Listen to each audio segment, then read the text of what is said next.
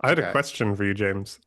Okay, so you have to nuke a film industry, not people, an industry. Nuke is just the word I'm using for like erase it from Can I just existence. suggest, like right now in the global climate, can we not use the word nuke? So that's how we get the SEO of the podcast and we get it topical and ranking. We'll become like number 93 in Ireland for the topic nuclear bombs. Carry on. I can't We argue with we that. rank. I get these emails and they might just be spam and not real, but apparently we rank under the keyword water cooler because you talked about water coolers That for one like time. 5 minutes one time. That's great. I think we should pick more We like don't rank niche. high. We rank like 93 in Ireland for water cooler. Yeah, but we should like pick more like niche words that aren't that niche and try, repeat them. Like what's a word? What's a good repetitive word? That's kind of a little bit niche. Chicken fillet roll. Oh, we're never gonna rank because that's every fucking Irish podcast. I reckon I can get it into this episode 40 times. Shitty radio DJs. Getting a junk with Brad Pitt. You ever had a chicken fillet roll? What's your order? Fuck off. So you have to nuke one film industry, America's film industry, and let's say to make this more interesting, it raises the back catalog as well, Okay. or the rest of the entire world's film industry. That's quite funny. Well, this is interesting because I'm gonna. It's not that interesting No, it for is sure. because I'm gonna make it boring and like replay this out. Yeah, What about co-productions? Films shot in London or co-funded or whatever, co-financed. UK. majority financing in America counts as an American movie. Okay, even if it's like a British director or a German director or whatever. Yeah, we're following the money here, not the people. Do you know what? Let's light up America. Why Ah, not? really? I Yeah. thought you would light up the rest of the world. No, I Because I think. think when you boil it down, like, sure, you might like to say you prefer world cinema, but the amount of stuff that you actually watch, Oh, 100%. myself included, is just American But movies. imagine what would fill that demand if America, went under. Like, I think you could actually create. Ah, see, You I was could. all focused on the past, and you're thinking into the future of how much better we could make cinema. We could, and then I think the Marvel complex is over. Goodbye. The video game thing that's on the rise at the moment, we can nip that in the bud. We do Yeah. not need a trilogy of, I don't know, Skyrim movies. We don't need the BioShock miniseries. Just wipe that all out before it comes, and then I don't know. Sorry, we on a previous podcast asked each other the question, what video game would we like to see made into a movie? And we both said BioShock, and now you're saying Yes, nuke it. yes. I think nuke BioShock and like let's just see what Corley Frechette comes up with instead. Yeah, I don't know if I'm choosing based on Corley Fayette. No, okay, no, but there's others. Sure. She'd probably make a good like original IP take on BioShock, squeezing people into big suits and grinding them up and then Yeah, she could definitely do that. She could make it more of a body horror thing than the video game is. yeah, pivoting. Should Corley Frechette do a BioShock movie? Because it's all about the needles and the injections and mutating yourself to create like the perfect human being and all that kind of jazz. So Yeah, and and there there's is some a pretty gnarly violence in that as there well. is and there's a cosmetic beauty thing. There's the plastic surgeon and there's Andrew Ryan's wife who's all deformed. All this. There's loads. Maybe this could work. Yeah, I hope that who is behind the BioShock thing, Gore Verbinski. who's that? He's the Pirates of the Caribbean guy. Oh no, I know, I know, that sucks. I know. That was the most sincere, oh no, I've heard in a minute, I think. I mean, there's been other like famous adaptations that haven't come out yet, but what's the book by Cormac McCarthy? Blood Meridian. Oh yeah. There's going to be a Blood Meridian adaptation. It's being made by the guy who made The Road, so I think it's in pretty safe hands, but I don't know if it's in the most interesting hands. That's the thing, isn't it? Because Hmm. like I was reading, the Monopoly movie's going into development. Yeah. And it's pretty spun Okay. my no, but hear me out, right? The the Blood Monopoly Meridian movie, Monopoly. now, the Monopoly movie has gone through. everyone in Hollywood. It's been like the one to try and get made for like 2 decades now. Everyone's had to go pitching it. People have gotten into as far as drafts, all the kind of stuff. It always falls through. Every studios are hankering to make the Monopoly movie because it's such a easy win IP in Yeah. theory, but no one knows how to fucking make it because what do you do with Monopoly? Okay. Do you make Mr. Monopoly the protagonist? Or do you make like the thimble the protagonist? Well, that's the thing. I'm pretty sure there's like guidelines to how you have to pitch for it, and it's you have to use all the symbols as like characters and all this kind of nonsense shit. I right, Okay. but it's finally gotten past early development. It's in pre-production, I believe, and it's Margot Robbie producing it with her production company. And I think, okay, cool, they're going to try and Barbie it, but wouldn't it be more Okay. interesting if like the Del Toro take was the one that got over the line, you know? Yeah, Or like the always. Julia DeCurno take, or the Quentin Tarantino Monopoly movie. Like, would I feel like this is one of the most boring outcomes for that, even though I'm sure it'll be a perfectly capable movie in the Barbie spirit, right? Yes, You want the sure. weirdos to get the big chances. We have somehow ended up just talking about the first episode of the show we're going to talk about this week. That would you believe, Sean? Marginally deliberate. Ever so Really? slightly. Oh Okay. yeah, And you didn't I know what question I was going to ask. no, I was gonna bring Monopoly into it So because when I Monopoly asked, your first thought was, is the Monopoly movie an American production? Of course it is. But then you nuked America. in America, and I said because of the Monopoly movie, which is being Okay. squandered, wasted in the hands of, acclaimed performer, producer Margot Robbie. Was was Monopoly used in any famous mass murders? Arguably Could the we Wolf get a of Wall, Scorsese pick out of it? Arguably the Wolf of Wall Street is a Monopoly movie. Mm. Is it a Monopoly movie? Yeah, It is a Monopoly movie, and also in the sense that uh, Monopoly is meant to be an anti-capitalist game, which it goes over a lot of people's heads. And yeah. the satire of The Wolf of Wall Street also goes over a lot of people's heads. There you go. So we actually already have the perfect Monopoly movie, Yeah, and it wasn't made by Margot Robbie. she was in it though. Fuck, she wasn't all.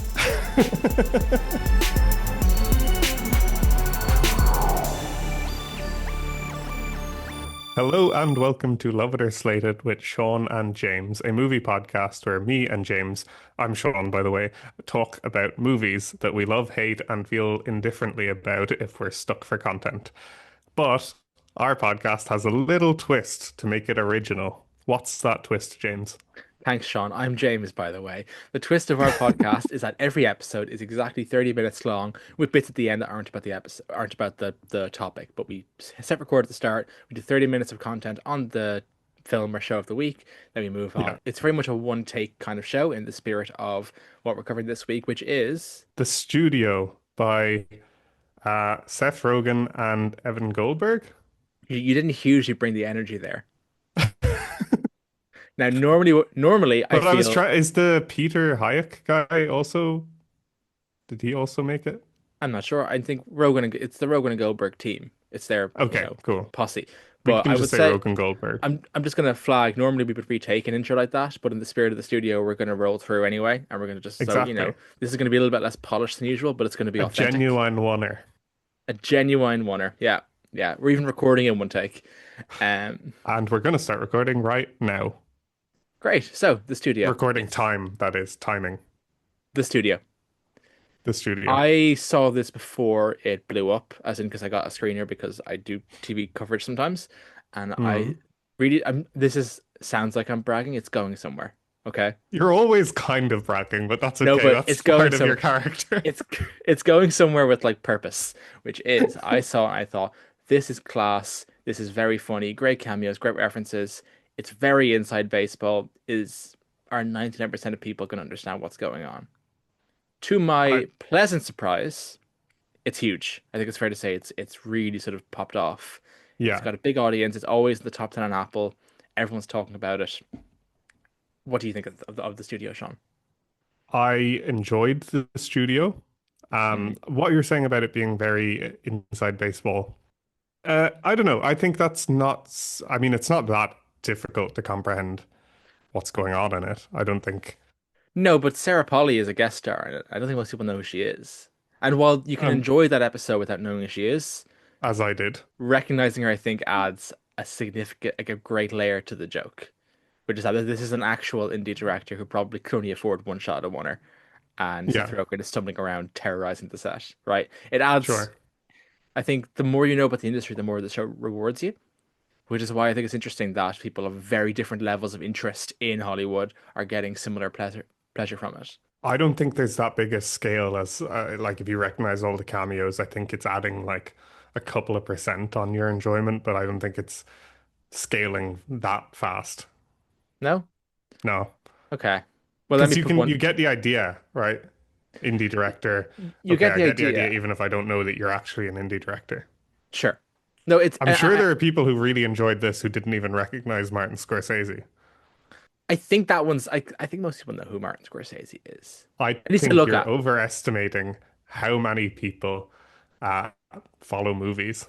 Well, that's why I'm interested in this one being success because if you don't know who Martin Scorsese is, you probably don't know that the industry has gone absolutely gaga to try and create the next Barbie, which means the Kool-Aid joke just feels like a dumb Kool-Aid joke and not satire, right? I Like, think you are have there more people? of a chance of understanding the Barbie phenomenon than you do maybe recognizing a random person picked from the audience recognizing Scorsese to see. What people know about Barbie was good, was successful. People don't think about the industry in terms of like, oh, of course, the big execs are now chasing the next Barbie. You know, people aren't being critical about it because they don't give a shit. I don't think. Sure, but it's not a big jump to get there. No, but again, it's the difference between this is a funny joke about Kool-Aid and this is satire, right? Also, the show like says it basically. They go, ever since Barbie, Yeah. we've got to recapture that. We've got to recreate that. Yeah. Okay. Yeah. What's your take on the studio, Sean? Since mine's apparently stupid. My take on the studio is that it is very enjoyable. Hmm. Um, God, I don't know why I've suddenly turned quite harsh on this. I liked it, I really liked but it. I'm naturally coming out quite critical of it, and I'm not entirely sure why. It's Okay, this is it's great funny, it's podcasting. enjoyable. I don't know, I don't know why I have all this negativity. Uh, let's start with an easy question. We've already covered a one-shot TV show on this podcast, Yes, Adolescence from Adolescence, Jack Thorne and Stephen which Graham. Brilliant show. yes, this has one shots. It's not a oneer for a whole episode, but it's like 10-minute shots and kind of thing. Yeah. Why are they doing it here? It was pretty clear why they did it and the effect it had in adolescence. Is it necessary for a show like this? I think it does two things. First of all, Seth Rogen has said, I believe, he said, I think he said it on Matt Bellamy's podcast, The Town, because obviously Matt Bellamy appears in the studio for a cameo towards the end. You know Matt Okay, Bellamy? He's a big remind me. industry podcaster. He does a podcast called The Town being Hollywood, where he does a lot of insider reports, that kind of stuff. So Okay. he's kind of like the Deadline variety of podcasts. So he has a Hmm. cameo towards the end of the series because they're all worried about what Matt Bellamy's going to say about whatever. Okay. But Okay, I understand. Rogan Rogan was on Matt Bellamy's podcast, and I believe he said something about the Oneers and how the sitcom had become very stale. You know, the sort of the multi-camera setup in the room Yeah. with jokes. And if he Although was it's going to, pretty rare now to see like a multi-camera setup and a laugh track. but that's the point. I think he said if he was going to do a TV comedy, it had to feel that little bit more novel. Otherwise, it's Hmm. just a big ensemble shouting jokes at each other in a room, right? It has to feel like something new. I think that's pretty interesting and acceptable take. Mm. The other reason I think is because this is a show about movies, and it would be weird for it to look like a flat set, standing set Yeah. comedy, right? It Yeah. should look dynamic if it's going to be about the power of Hollywood and the pros and cons of Hollywood. It should look like something Hollywood would take a little bit of pride in. It does look very good. It does. It wasn't actually, was it shot on digital or film, do you know? I am actually not sure. Me neither. It has a, but it's Cool. clearly meant to look like film, Yes. regardless if it actually was. And I think it was shot on location in LA, right? A lot Yeah, of I it, think so. I mean, which is, well, as I've even heard from a lot of other productions, insanely expensive to do these days. Yes, and they also painstakingly recreated a lot of like the Golden Globes episode actually recreates in pretty good detail the actual Golden Globes setup and all the tables and all that kind of stuff. Which Hmm. I don't believe was actually shot in the theater where they did the Golden Globes. I think it was a built set as far as I'm aware. Oh wow, Just like that's quite a insane. pretty good one for one, right? A very good one for one. I mean, I've never actually watched the Golden Globes because It is like I can't. That shit drives me up the wall, okay. but I'll take your word for it. Having as someone who does watch the Golden Globes, I can confirm like they pretty much nailed it. And I think obviously neither of us are living in Hollywood, neither of us have ever been to Hollywood. But I think based on our probably above average interest in how Hollywood movie making goes, with relative to the I would norm, right? hope above average. We have a fucking podcast. That's taking deep breaths. Sorry. As two people with a significantly above average interest in the movie industry, I Sure. think we can say that most things that they satirize or recreate seem pretty accurate to the stories you do hear from that side of the world, right? It seems pretty authentic. Sure. Increasingly less so as it progresses. You think? Yeah, the old school Hollywood table thing in the The old last school couple of Hollywood buffet. episodes, and then but an old school Hollywood buffet, excuse me. Great line. It is a good It's it yeah, but Do I you hear the story behind like that? oh no, there is a story behind it. It was improvised. Seth Rogen kept saying it on set, and Zoe Kravitz told him to fucking stop, and he said, "Put it in the script right now." But it was like it was that was just Rogan making stupid jokes off set, like off camera. I was also really interested in Zoe Kravitz's character because I couldn't tell which one was more like the real her. Was it when she was in the later episodes, she's more likable. The Golden Globes episode, she's like totally two-faced and manipulative. Yeah, but Seth Rogen's also at his absolute worst in the Golden Globes episode. He's kind of inviting that of her because Sure, he's yeah, being very obnoxious and very arrogant in that one, and he's changing her fucking script behind the scenes. Um, exactly. But there's the but whole thing of her pretending she's not going to win, even though she's like, I know I'm going to win this. yeah, but that's probably realistically all actors, I even the ones who sure. don't win. It's also probably a dig at the Golden Globes because of how bought they can be. Yes, yeah. Yeah. But no, I think I wouldn't have expected Kravitz to be like the standout comedic guest star going into it. Like when you see the list, Sure. but for that 3 episode arc, she's pretty fucking above and beyond. She kind Like the, of comes into a character. Like if she was just in the Golden Globes episode, it would have felt like a cameo. But it being in the two episodes after, yeah, uh, she's basically a character in the show. that's something that always interests me about getting big celebrity cameos, right? Because you want if you want, and I think Rogan and Goldberg do speak about this, which is if you want to get a big name to be in a show for an episode as a bit, you need to write them a really juicy, fun thing to do, something to really Yeah, play with. And I think most of the actors get that. Kravitz in the Golden Globes episode is kind of just the villain almost. Really, Matt Remix is Rogan is the villain, but we're in his POV, so Kravitz is the problem character, right? yeah, But then, so you're like, oh, okay, that's more of an actual role than a comedy role. That's interesting they got it for that. And then you watch episode 9 and 10, you're like, ah, there you go. That's how they like lured her in because yeah. she gets some of the most juicy material in the whole show in those last 2 episodes, Sure. Do you right? think they used the other cameos as well? I think for the most part they do. I think Dave Franco in episode because he's Dave Franco appears twice. Dave Franco appears Yes. briefly in the episode with Ron Howard, and you Yeah. think, oh, he just kind of walked on, and then he returns again for those last two and gives the best episode recap since Glee at the top of episode 10, right? Yeah. Like I think that there's no cameo that came away from the episode going, geez, that wasn't a very good use of that person. I think everyone kind of got something to do. Would The you only agree with one that? that I think maybe was a little underused Yeah. was possibly Paul Dano. Yes. Okay. Fair. But he was the first one, so you kind of forgot. And I he's forgot he also was in in the it. episode that has Scorsese in it, so I forgot Dana was in it until I rewatched. Same with Charlize Theron actually, who's also in that first she episode. just basically kicks him out of the party and that's all, Yeah. right?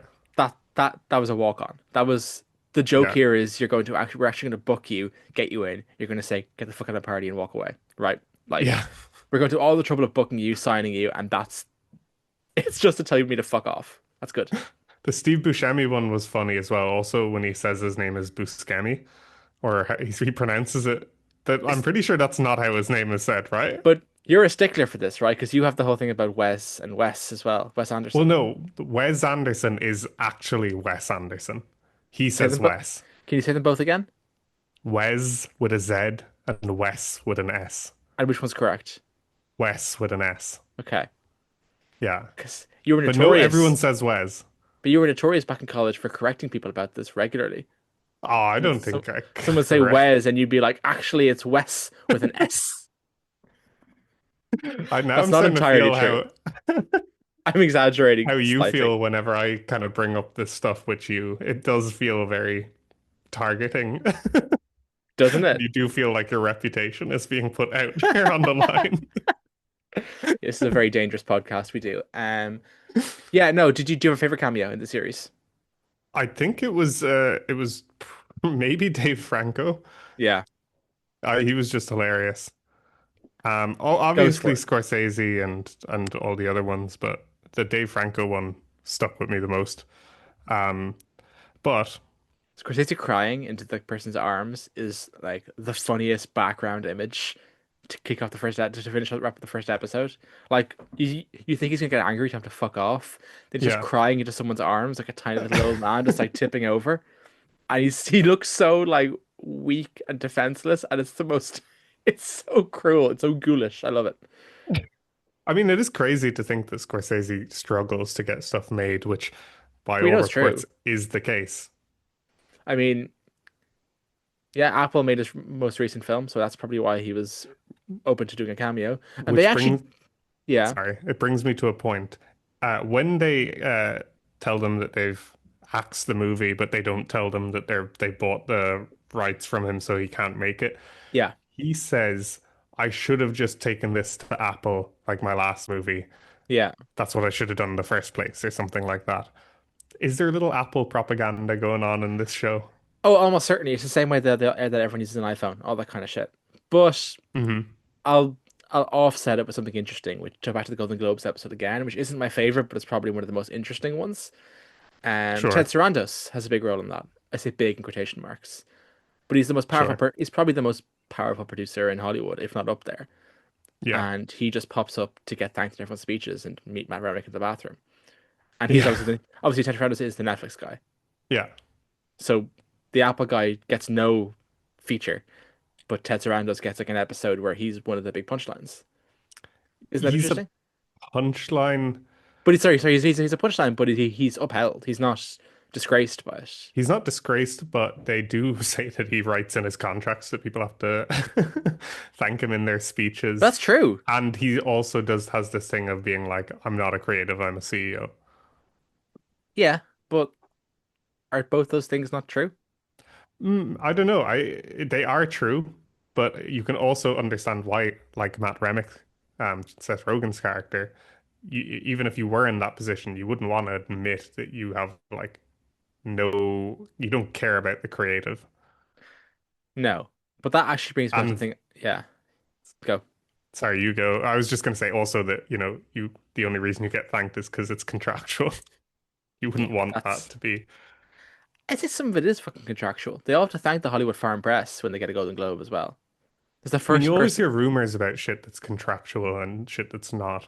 I've heard of rumors about people having like Photoshop and airbrushing uh, Mm, budgets have to be set aside on productions and that's stipulated in their contracts, mm. which I'm not sure if that's true or not, but that seems insane. Yeah. I remember I know Stephanie Zhu said she was nominated for Everything Ever All at Once Yeah, as for Best Supporting Actress. She should have won that year if you ask me, but she didn't because the Oscars are hacks. But she said in an interview, I think mid-campaign, because they did months of campaigning to win an Oscar. yeah, She said, "Yeah, I realized pretty early on that I'm paraphrasing slightly here, but this is what she said. It stuck with me, which is that I realized pretty early on just how much of like a bought game it is and how much it very much is a meritocracy. And I've just started enjoying the ride since then, right? As in, well, like she was probably told early on, you're not the one that we're bankrolling to win this. yeah. You can do all the round tables and like all the appearances, but it's pretty much a numbers game and a money game. Who And gets that's these things? become a lot more transparent nowadays as well. Like Yeah. Neon saying how much they spent for Honora to win the Oscar. Well, Neon buying every major Cannes player so that whichever one won the Palme d'Or, they could just push it for the Oscar. Did they do that too? I didn't know They that. bought The Secret Agent. It was just an accident and Sentiment of Value, which were the three favorites to win the Palme d'Or. So whichever one of them won, they'd have that and they could push it for Oscars. Wow. It's like slightly. This feels less like a skill thing now that you're producing good movies and more that you're just Yeah, you're just throwing playing money the at fields. everything. Yeah, Yeah. but I'm interested based on that Ted Sarandos thing about creative versus CEO. The Yeah. character of Matt Remick. What's your take on him? Do you think we're meant to like him, feel sorry for him, get sick of him? What do you think the intention of that character is over the 10 episodes? All of the above at different points in every Yeah, episode, yeah, it's fair. right? But ultimately the one that's consistent is that you don't find him unlikable completely, No, but right? that's You yeah. like him enough or feel sorry for him enough that you're willing to not turn off the show. Do you think it's interesting that they present the producer character as the most sympath as sort of the one who's sort of being ignored and shunned by the big bully actors and directors sometimes? I can't tell if they're saying like this is something that happens or if the two guys, Evan and Seth, just went like, "Oh, wouldn't it be funny if we made this dynamic in a show Yeah, that like doesn't exist, but we're gonna it's just hard to invent say it?" because the opening scene Yeah, with where Paul Dano he's Seth Rogen approaches Paul Dano. I'm using the actor names because everyone's using the actor names really. yeah, And Paul Dano, he's like, "Yeah, I saw your movie. It was really good." And Paul Dano's like, "Oh, cool, thanks." And then just like immediately walks away from him to the director, just blanks him. And I'm like, "Is yeah, that? I wonder, is that the dynamic?" Because the general inherited idea people tend to get of Hollywood as a producer, so the guys who run onto set and just change everything and then drive off again to the beach, you know? yeah. And in this one, the producer is very needy and very kind of, pathetic. And Well, the directors Seth, and actors are kind of tugging him around. Like even in The Oner, Greta yeah, Lee's kind of tugging him around to get her plane, and Sarah Polley hates him and keeps trying to make him leave. It's all yeah. is it's weird that he feels like the underdog, isn't it? A little Well, bit. he said that one of the inspirations was an executive, a producer who um said that when uh, I basically some line like, the reason I got into this industry is because out of my love of movies, and now my job is to basically destroy movies. Yes.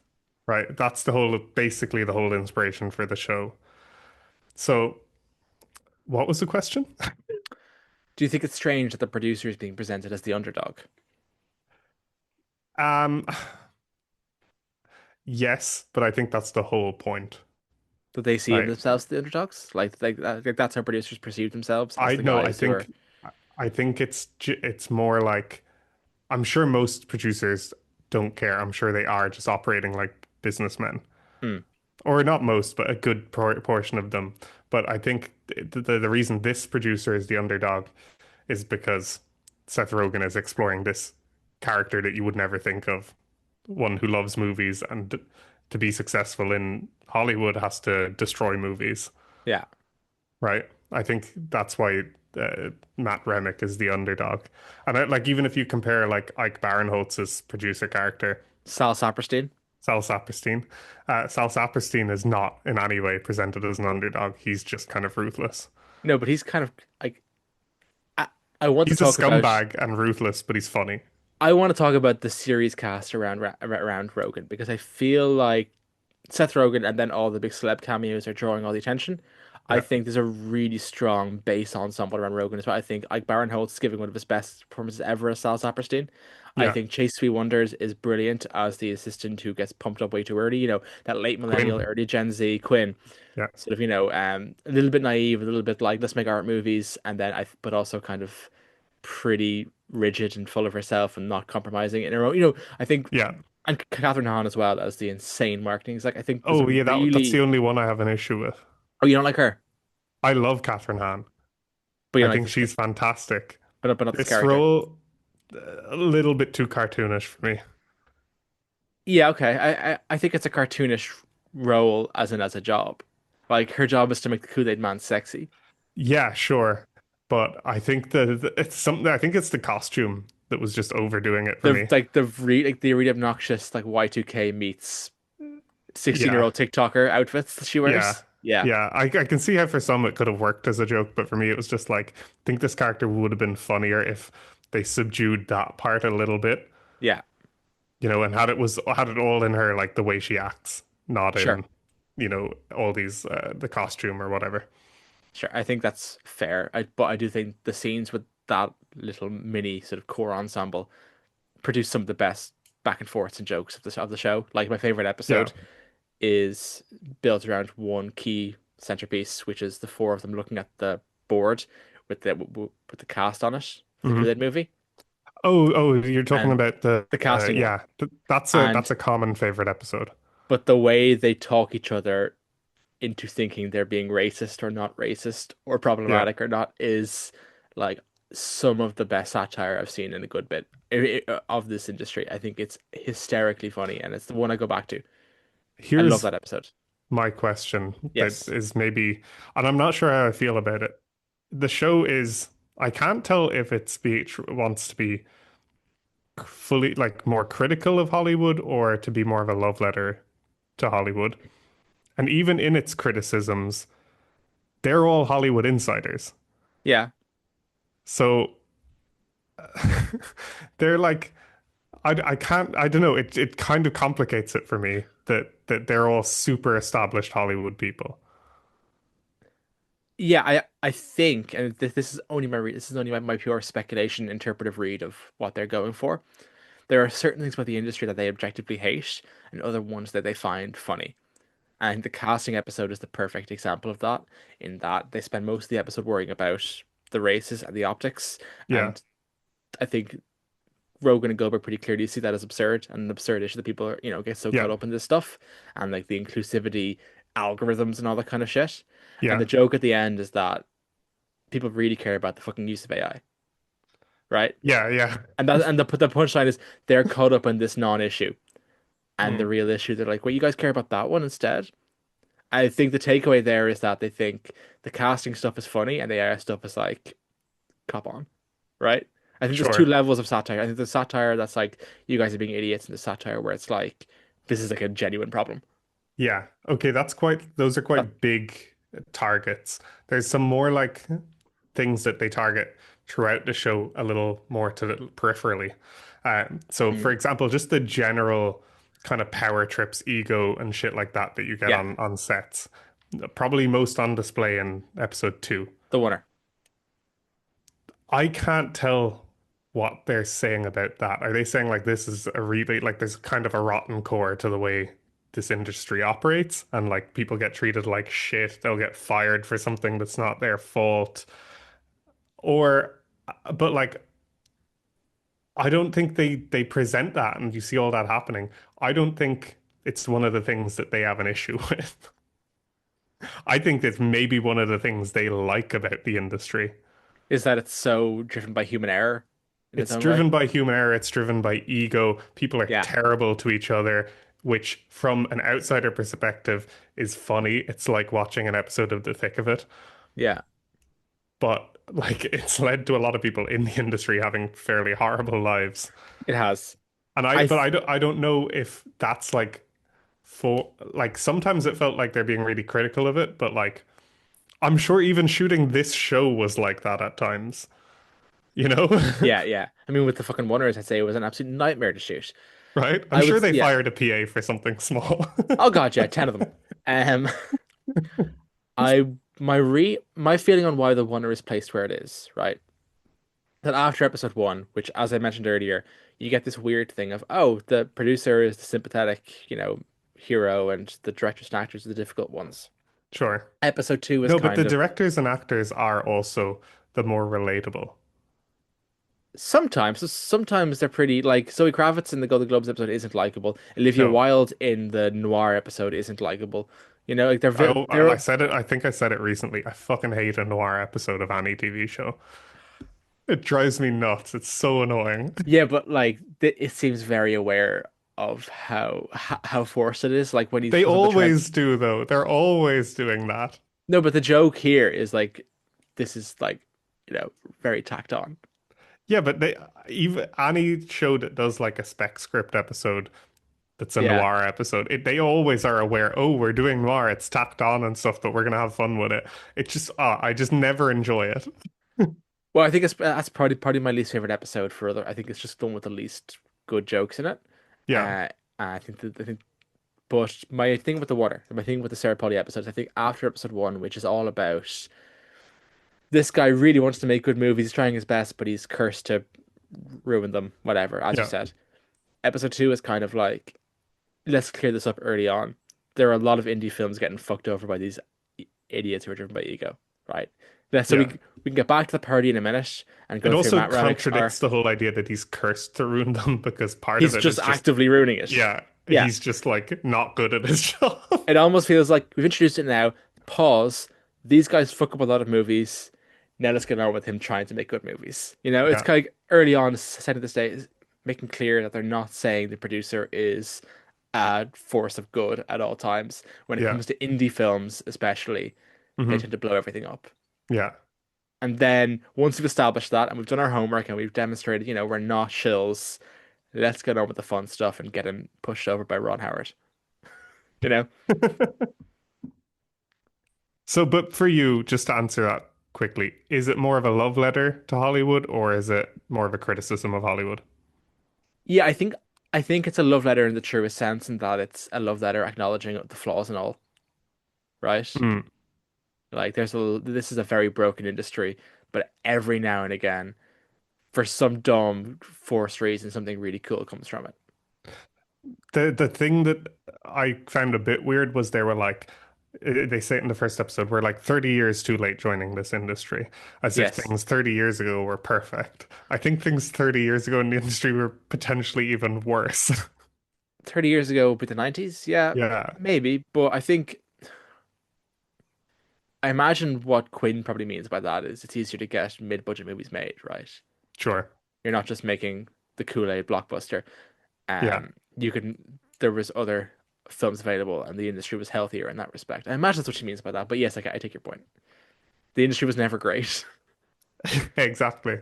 About Matt Remick's, we have like a minute or two left. Go. Matt Remick's character. What do you think of the fact that he immediately fails in his grand aspiration to make good movies as a studio exec? Great. Like immediately crumbles into just generic IP, and it's not necessarily that it paints him as a bad person for fa like it doesn't paint it as a failure. No, but it also says when he's offered the job in Griffin Mill's big network styled studio, it's kind of a deal with the devil, and he says, "Yes, you can have the job, but we make movies, not films." And those two things are offered at the same time. So he takes the job, he's also taking this curse of making movies, not films, right? But he So resists it. He he does, resists it, he and then he does, crumbles. But there's never that like redemption arc of, oh, I gave in too easily. I needed to fight more for what it's like. You're so in the weeds of everything that's happening. You kind of forget that he's crumbled into just making shitty IP. but then you get that great thing at the end at CinemaCon when they get out on stage in Griffin Mills' office tits and they have nothing to say except movies, movies, movies, because this doesn't really mean anything. And they haven't made a film; they've just made movies, movies, and it's all a bit cheap and nonsense. Doesn't really have much going on beneath the surface, but aren't they having fun? Sure. And I think we too, as an audience, are having fun in this show. And that's the whole point. I think it's fun above all else. And then there's our I think timer. I'm I just think going to it's fun. finish that point. I Yeah, think it's a tiny bit overhyped online. I think yeah, maybe, People are but talking about it that's like this is the best show out there this year, kind of thing. no, it's not the best show this year. There's like five or six better. Sure. I don't know. I think just calling it a best show is pushing it a bit. It's a good well, what have you seen that's better? You've seen Adolescence. Sure. What else? God, what have I watched this Come year? on, man, put your money I've where your seen mouth I've is. seen Mobland. That's not getting Why have high. you seen Mobland? Tom It's kind Hardy, of like right? a yeah, and also Yeah. just like a guilty pleasure for Guy Ritchie movies. Oh, okay. His I'm, like geezer crime movies. no, I know. I'm not a Guy Ritchie guy. No, No. at all. No, I just think he's It definitely makes it harder to be a Guy Ritchie guy when you realize he's a big posho. He's not a. it's like cosplay, right? Yeah, Yeah. exactly. I just think he's But point. I I mean, just think it's Snatch is a great movie. yeah. Lock, Stock is great. I just think his whole thing is just pointless. It's entertainment. It's movies. It's movies.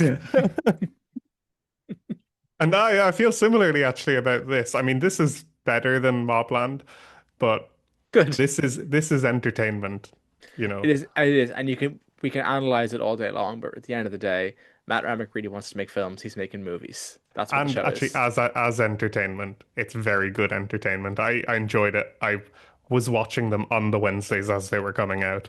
Hmm. So that's kind of as good a review as you can give something, is that you actually watched it on schedule. Yes. The only Um. other show I've done that with that I can recall, actually, I kind of did it with Mobland, bar one or two episodes, but What the um, fuck is this yeah, Mobland thing? it's not even that good, but there's a lot of things I did not like in Mobland. Maybe if you watch it, we can talk about it. No, Um, I have no interest in watching Mobland. I'm sorry. Tom I Hardy don't. is good in it. He plays kind of an intimidating presence, which he If always does very well. if I wanted to watch a Tom Hardy thing, I just rewatch Venom 2. Seriously? I love Venom 2. Let There Be Carnage. Oh Christ. No, can we do that for an episode?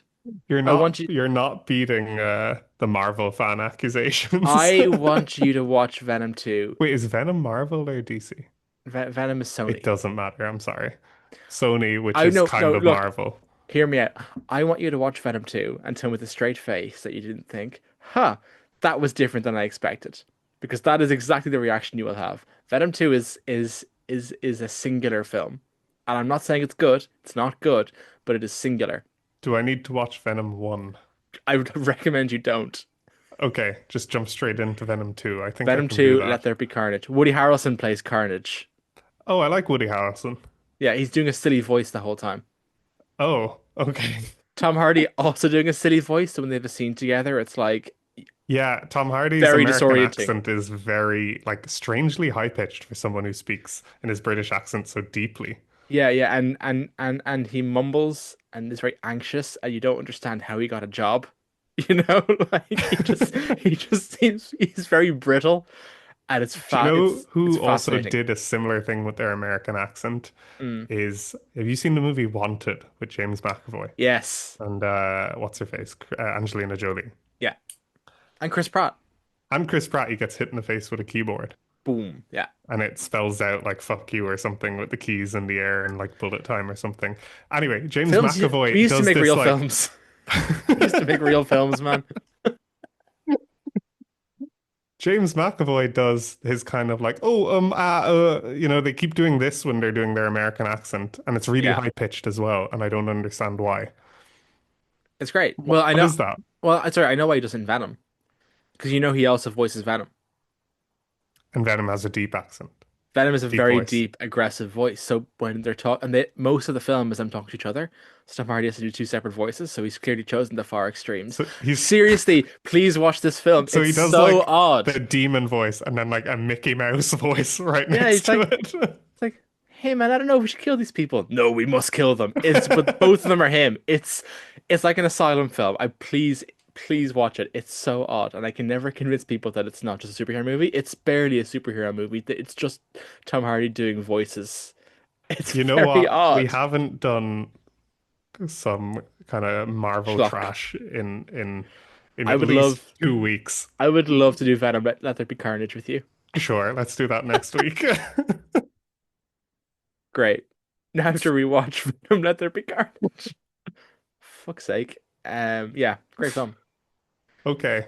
That's I'm the kind of. expecting some truly Zizekian takes on this movie from I you, don't by the know what way. that word means.